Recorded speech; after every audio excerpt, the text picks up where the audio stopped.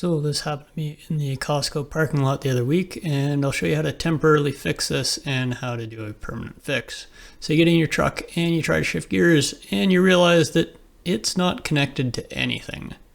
So as you pull it out and slide it up and down like you would go into drive, it's not changing gears at all.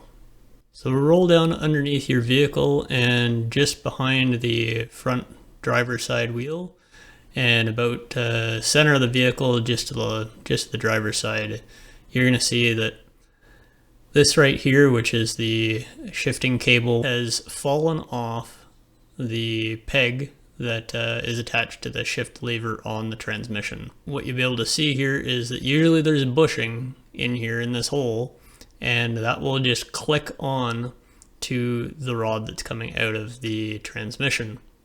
Now over time this breaks, and this is something that GM has on many vehicles, so this is a pretty common problem. Now you can buy kits that replace the bushing, quote unquote. I haven't heard good things about those lasting. The other option is to replace the whole cable. So instead of doing that, a couple things you can do. First, if you just need to get home and actually driven around for almost a year like this, you can put this back over the pin and then use a couple zip ties to hold it in place. With doing that, you'll be able to get yourself home. Now, I didn't like the idea of replacing the entire cable, and I didn't really like the idea of driving around with zip ties under my truck for any longer, and so I decided to go for a more permanent solution. So I removed the arm off the transmission, and this is what it looks like originally.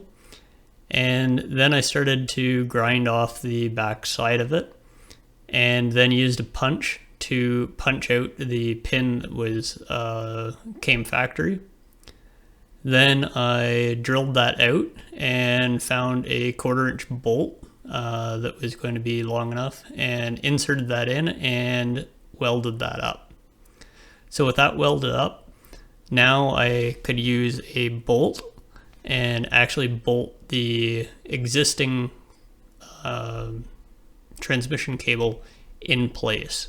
So I did 3D print a little bushing because the bolt that I used was a little bit smaller diameter than the hole that's in the cable, but you could put in a larger bolt if you wanted that would be more the exact same size as the hole in the shifter cable. But the 3D printed piece I think will work quite well. And then I can put a lock nut and washer on the outside to hold it all in place. So this, now I'm not worrying about that bushing, I'm not worried about that deteriorating over time and slipping, and I think this is going to be a much more secure and probably better solution, something that GM should have probably done in the first place. Hope this helps you out, and hopefully this saves you a few bucks as well.